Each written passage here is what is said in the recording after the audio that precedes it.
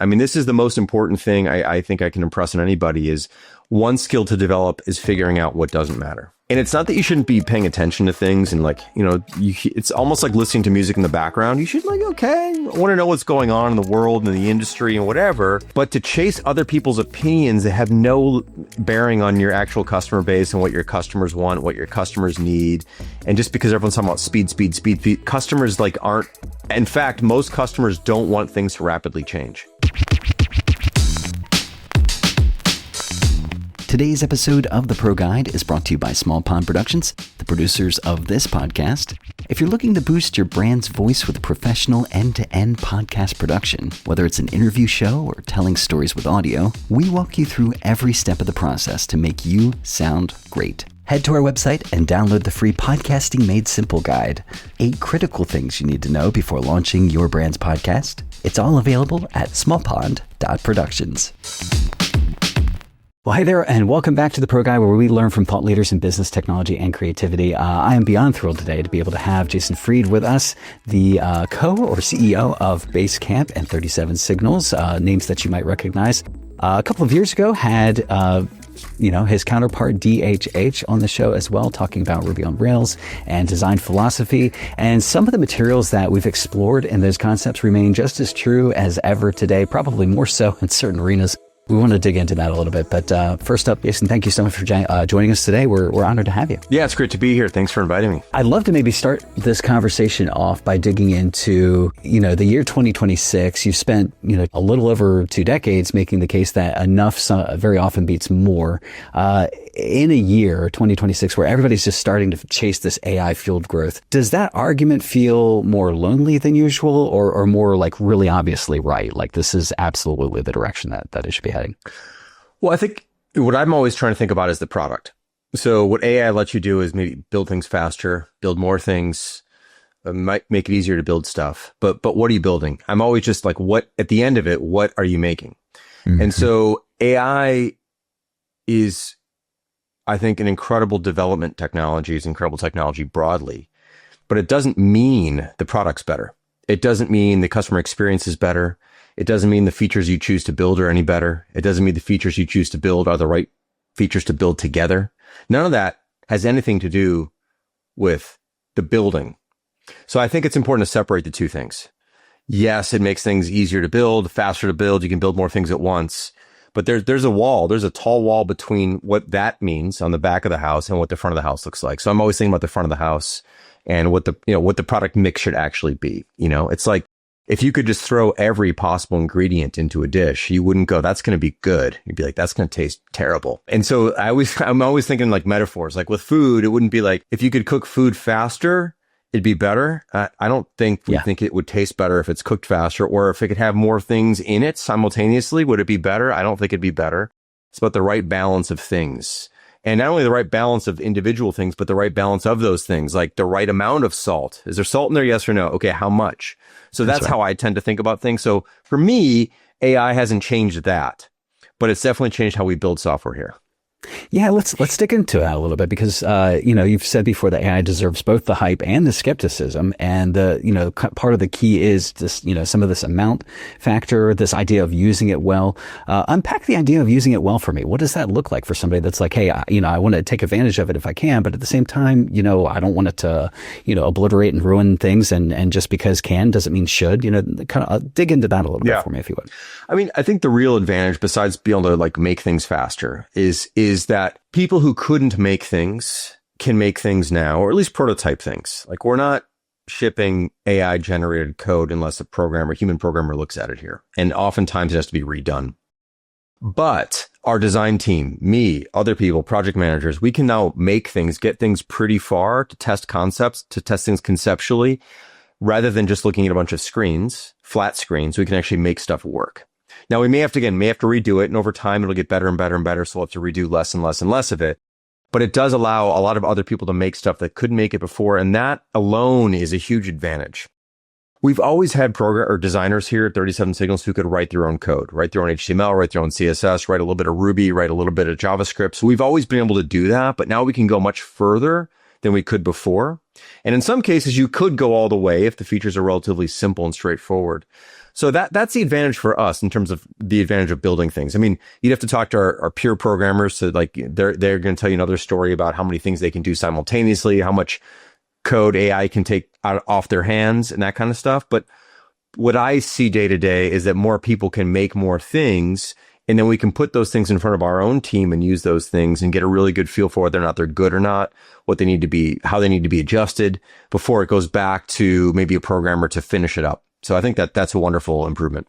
That's a great take on it. What you're saying about the whole idea of removal of barrier to entry points or constraints, taking the bottom rung off the ladder so more people can enter that part of the conversation. I feel like it has for me as well. Build for yourself is definitely happening in my camp. What do you do? I mean, the way I would think about it is not taking a rung off, but actually adding another rung. So there's just like it takes almost nothing to get off the ground, right? You don't have to even take a big step up to get up on that ladder. It's a lot easier. Now, you can screw things up that way too. And we've done a little bit of that. Like we'll have something built fully, we think, and then a programmer takes a look at it and goes, wow, like we can't ship this. It's not performant. If we put this out there in front of 1 million people, it's going to break the system. But again, like at least we were able to really explore a concept and use this thing and not imagine how it might work, but actually see it work ahead of time. Mm-hmm. Dig into the slice of that though, where it's talking about, the prototyping aspect of it, where the cost of a new idea, or at least, thinking about what a new idea could look like, does drop it down into, essentially, zero. How do you decide what not to build if that constraint, moves a little bit? Yeah. I think it's the same thing, which is you need to forget about what's possible to build and think more about what do you want to make. Yeah. And why do you want to make those things? Again, this is on the other side of the wall, in my opinion. There are, of course, always things you would like to do that you simply can't do because you don't have the technology or you don't have the people or the skills or whatever. But most of the things in our products, any of us can build or any of our team can make. So it's not like we're limited by our imagination. We've never been limited by our imagination. There's always more ideas that we want to do that we can never get around to. Maybe we can get around to a few more of them now. That's kind of one of the nice advantages. Things that may have taken 8 weeks or 6 weeks or whatever before might take 2 or 3 weeks now. So we can fit more things into a year, but we still have to ask ourselves, like, why are we adding this? Why are we making this change? Why is this feature? Well, how has this feature earned its spot in this collective team? A product is a team of features. It's a team of ideas. How has it made the team? Why is it not on the bench? Why is it not on the team? So I still have to think about the same things I've always had to think about, which is what makes sense. Where's their utility? Where's their fit? Is this going to make things easier for people, harder for people? Maybe it's going to make it harder in the short term as they get used to it, but they'll make it easier in the long term as they start to grow into it. Same exact question. So this new world we're in doesn't change those questions for me. There still has to be a much smaller, like there's always a filter. Now we can pour more stuff into the filter, but only a few things are going to come out the other side, always, as it should be. But maybe now we just have, we can get a few more of those things in per year that we would have wanted to do anyway, but couldn't have done before. Mm-hmm. One of the things I love about, hearing you talk on other shows or other podcasts or just, what you're sharing in your books is the inspiration that you draw from real life stuff that I don't know why we forget when it's software, but it seems so obvious. Like, of course, in architecture, cars or watches or those sorts of things. Is there anything that a non-software craft has taught you that you haven't really been able to learn from studying another app? I don't know why, but the translation from real things, real actual items into software feels so obvious, but when you're looking at other softwares, there's something that other software has taught you that you're just like, I can't really get that lesson from a real life thing, actually. There's always clever interface details, designs, interactions, transitions that are like, oh, that's clever. That's a nice way of doing it. Or I see a lot of things like that all over the place. And those are always fun to be like inspired by. That's a really clever way of doing that. Like, that's nice. But I'd say most of the inspiration that I draw is from outside software. I tend not to look too much at my own industry. I see a lot of other people looking too much at our own industry, and they end up producing basically the exact same things that already exist. If you look at our products, you look at Basecamp, you look at Hey, you look at Fizzy, you look at some other things we've done over the years, they don't look or feel like anything else in the industry. And there's a reason for that, is that we're not paying attention to what everyone else is doing. And so we're not like sucked into that vortex. The industry is a big black hole. It's a lot of gravity. You can get sucked in very easily. That's right. We try to stay away from it. So I'm I tend to like think about like, I mean, I don't really think about this. I'm not like going out to think about this. Yeah. Like, what lessons could I get? Yeah. Yeah.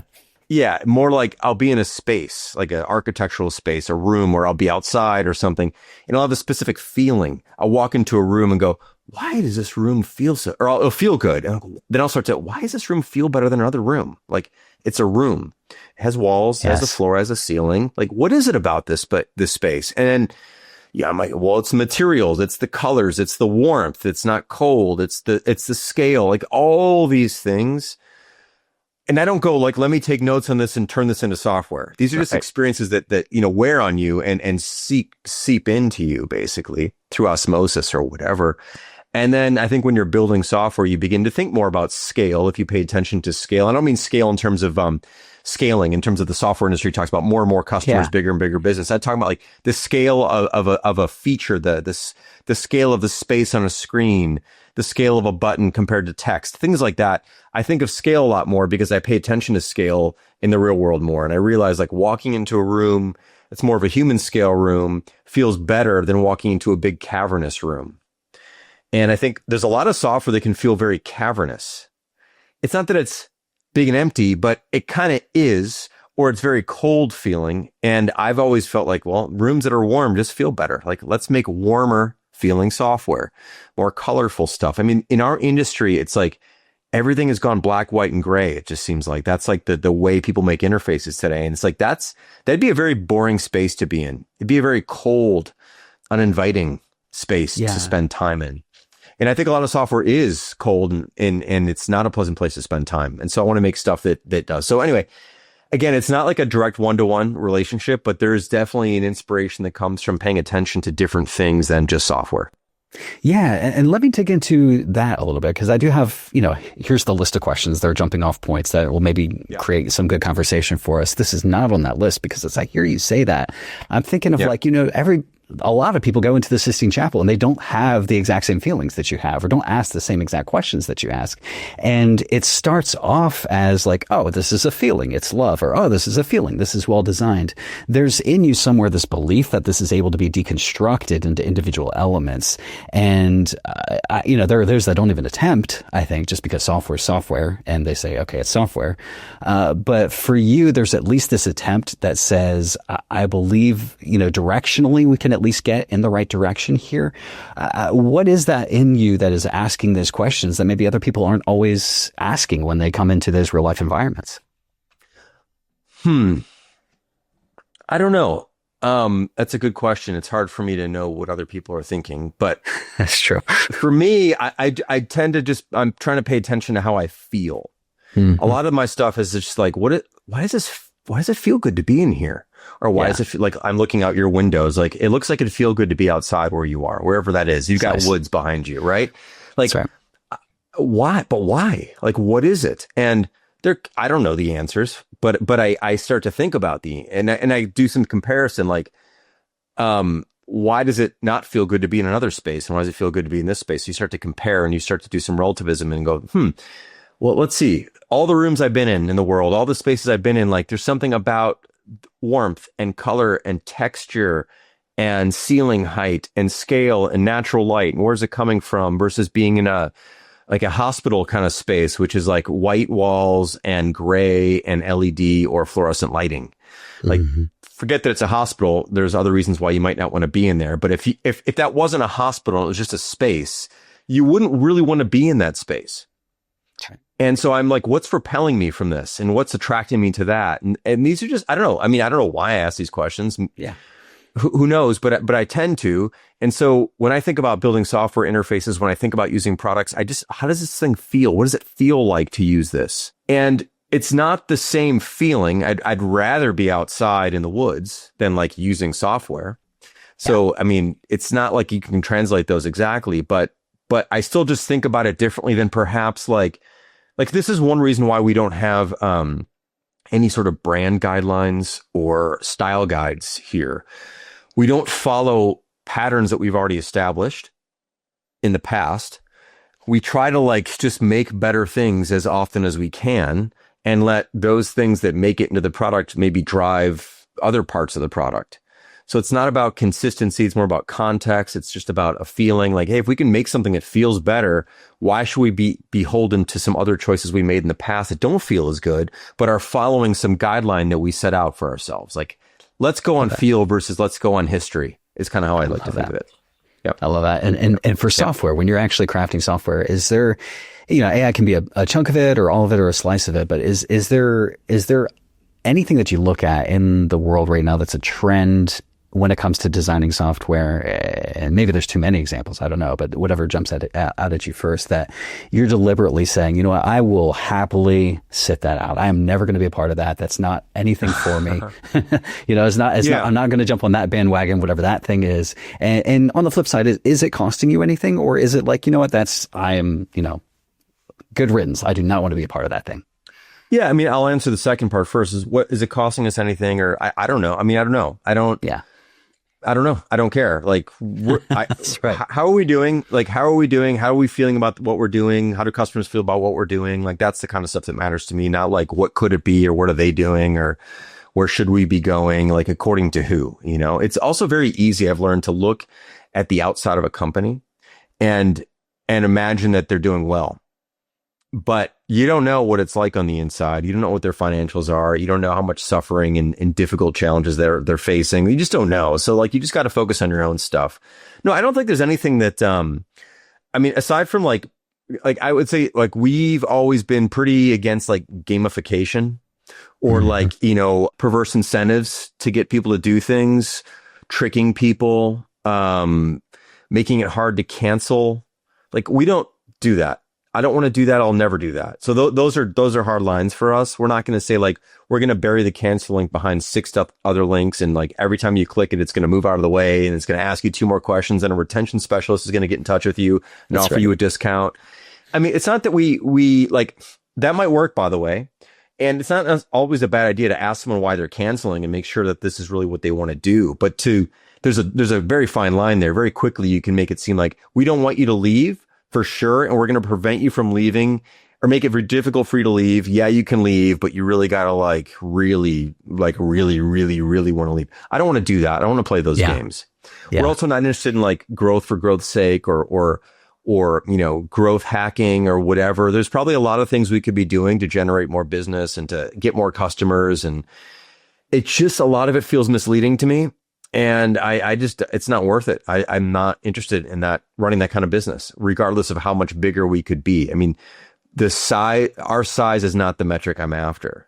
I want to make good, really good, call it great, but I always tend to like not want to say that.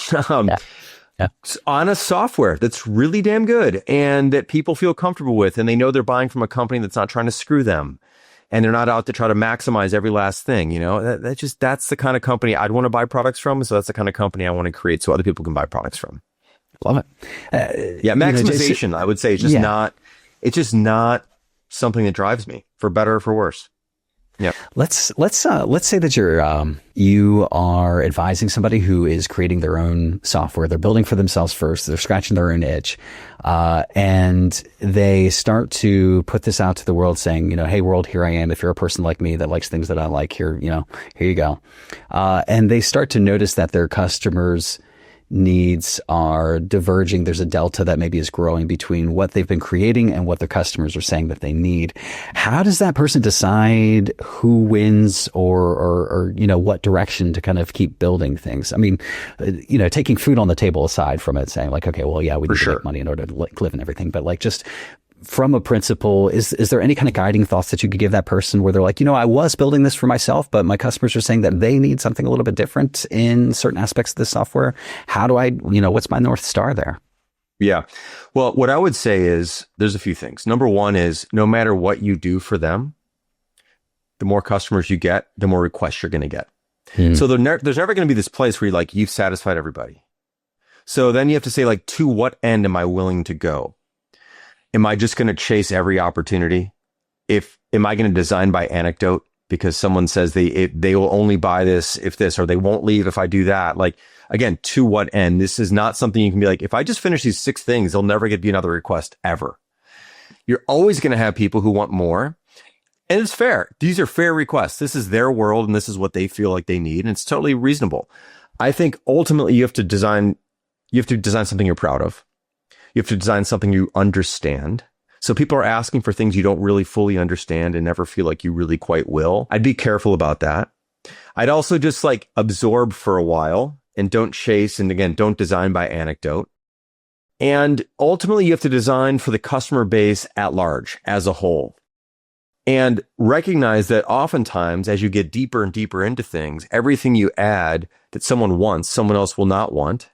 They'll think it's in the way. We hear this all the time. Like we'll ship a new feature and I'll get feedback from customers like, did anyone even ask for this? I'm like, yeah, actually a lot of people did. You didn't ask for it. You don't want it. And I get it. Like, I get it. I totally understand that, but you're not the only customer either. We have like 1 million people using Basecamp. Like, and I'm not saying this to them in those terms. I'm just being honest with you about the thought process. Is like, my point is the more customers you have, you're going to have contradictions all over the place. Some people are going to say, why would you dare ever, who would ever ask for this? And you're like, well, actually 18,000 people did. That's right. And someone else is going to say, well, this is now in the way. I go, yeah, we're trying to do this on for the benefit of everybody. And sometimes some things are going to change and it's very, very difficult. So getting back to your original question, like product development is a lot easier when you have a handful of small customers, and it gets a lot harder the more and more customers you have. And so you have to adjust and change. You have to listen. You have to do a few things you may not do for yourself, but are still within the realm of you feel like are things you're proud of doing, and you're proud of the product at the end of those things that you're doing. But be careful to just chase every request because they will never end. And before you know it, you'll have a big, huge product that you don't understand. The surface area is too large and there's nooks and crannies you'll never experience. We have this in some products that we've built in the past where like there are features and screens I've like never seen because there's scenarios we never go down and paths we never go down. And then you run into one occasionally and you're like, oh my God, that's really bad. But like we haven't paid attention to it because we don't see it. We don't bump into it. And so you got to be careful because you'll create a lot of those nooks and crannies and dark corners if you're building things you don't understand and you don't use yourself. So I don't know. That's a long answer. It depends, but be careful not to chase requests because they will never end. Yeah, I think some of this opinionated, the opinionatedness of it is, part of the reason that people are on board to begin with. So it's like, okay, you join this journey. So I'm pointing to that as part of the evidence for why, hey, if you want to be a part of it, still you can. And there are people that do want to be a part of it. For folks that are indie, but let's say we have some listeners that are indie builders or small shops and they're watching, all of these AI giants and all of these things being shipped at the fastest place, and not letting this be a diatribe on who you're listening to right now. Like I'm looking through LinkedIn posts that are just like, you'll get left behind, like all of that. But what is a recentering, maybe calm move? Feel free to riff on this in any direction of, let's say there's a 2 or 5 person team and they're feeling that pressure of like, oh shoot, I got to sprint or I'm going to be left behind, whatever that means. Yeah. I mean, the first question is, where's the pressure coming from? From LinkedIn? That's not real. Like from Twitter, X, that's not real. These are sub-communities of sub-communities of sub-communities. And these algorithms are going to push you in all sorts of different directions. That does not, unless it represents your customer base for real, it probably doesn't. So I would just, you've got to get good at tuning out things that don't matter. I mean, this is the most important thing I think I can impress on anybody is one skill to develop is figuring out what doesn't matter. And it's not that you shouldn't be paying attention to things and like, it's almost like listening to music in the background. You should like, okay, I want to know what's going on in the world and the industry and whatever. But to chase other people's opinions that have no bearing on your actual customer base and what your customers want, what your customers need. And just because everyone's talking about speed, customers like aren't, in fact, most customers don't want things to rapidly change. This is a truth. I can having been in this business for 27 years, or at least 22 years for building Basecamp, but I've been in it longer. I can tell you that most people don't want, and this includes like advanced people. That's right. They don't want things changing on them all the time. So if you're really following this pattern of like rapid change and rapid addition and tweaking, it's actually not necessarily a good thing. People want some degree of stability. They want to know what they can count on. They will learn a system. They have to maybe tell someone else in their company how to use a system. Things are going to move a little bit, but if you keep moving everything, it feels like the earth is moving. And when That's the right. earth is moving, nobody feels like everyone, if you've ever been in an earthquake, it's like the most unsettling thing ever because there's nothing you can do. Literally the earth below you is moving. That's right. That's what it can feel like in software if it's changing too rapidly and things are all over the place. So I would just say it's very important to go, yeah, these are people's opinions. Like, that's fine. Remember, the algorithms are pushing things that are telling you all sorts of things that get people riled up. Quiet. Just be quiet. Pay attention to your own stuff. What do you know about what your customers want? Go talk to them more rather than listening to random people on the internet more. And just talk to the people and listen to the people who you're actually working for. That's what I would do. Now, again, they're going to tell you all sorts of other things. So you got to still get you got to internalize it all and go, what do they really mean? And are these 12 requests actually the same thing? Maybe they are the same thing. And you got to get into that. But you just got to not pay attention to what you're supposed to be doing according to who. Yeah. Yeah, that's fantastic. One or two senior software guys that I know, I would love to play a software person. I know that I'm not. One or two that I've talked to before, I've talked about purposely slowing down the release cadence, even though in the face of all of this capability. And at first I thought it was because, are you guys lazy? And it's not. It's this consistency, this feeling of too much too fast is going to feel like, you're like you said, rug pulling for the customer's sake. Let me do one more question for you, and then, and then we'll let you go. Let you be on your way. Yeah. If you and David were 25 and starting 37 Signals today, you got the world of AI coding agents, you've got all this infinite tooling. What would you say? You know what? I would do this exactly the same. And is there anything that you're like, you know what? I wouldn't necessarily call it a failure, but lesson learned. I'd probably do that slice of our career or our path a little bit differently. I mean, I'm going to give you an answer that's not really a good answer for you, probably, because it's not. Fun. It's like I wouldn't listen to myself. I'm 52 now. When I was 25, I'm not listening to someone like me. Okay. That's right. So we would use the best tools we could find at the time, which is what we did. When we built Basecamp, David chose Ruby, which is a language nobody was basically using, but he liked it. And then we built Basecamp, and then from that came Rails, and it just goes and goes and goes. So no one was telling us to use Ruby. No one was telling us to build Rails. No one was telling us to build Basecamp. No one was telling us to build Backpack or Highrise or Campfire. We built what we needed with the best tools we could find that we liked to use. So if we were starting out today, we would find those, and I'm sure they'd be like all the usual suspects that people are using today. But it wouldn't be because this was the hot thing. It'd be because this is the thing that works well for us and fits the way that we want to work. That's always been the way we've been. I would assume that's the way we would be again.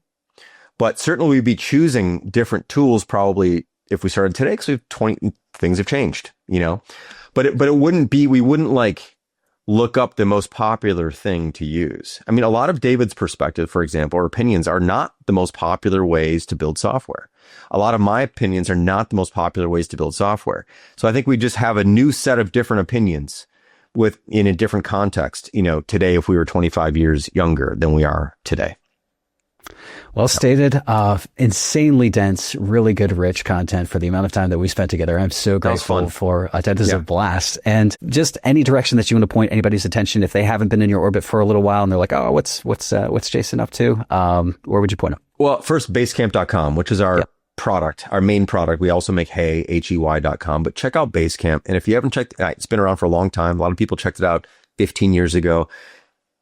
It is a secret. It is so good now. It's so good. I mean, of course, I'm biased, but I'm telling you, it's incredibly good. So I'd really recommend checking out Basecamp if you haven't in a while, or if you've never heard of it, check it out. If you're wanting to run projects, run your company, it's a great thing to check out. And I'm also I'm on X, just at Jason Fried, Fried. I also write occasionally on my blog, which is at world.hey.com/Jason, I think is actually the URL. I'm trying to remember the exact URL right now, but you can look it up. Just Jason Hey World, HEY World. You'll find it on Google or whatever. And we've written a few books, and you can link those up and whatever. But that's it for now. Absolutely. Jason, this has been awesome. Thank you so much. Much appreciated. Anytime, man. Thank you. Awesome. And our thanks to all of you for listening. If you're looking for a quick way to make our day, a review in iTunes or subscribing to this podcast would mean the world to us. Our thanks to Small Pond Productions for sponsoring. And this was the ProGuide. Learn from leaders. Change your life. See you, everybody.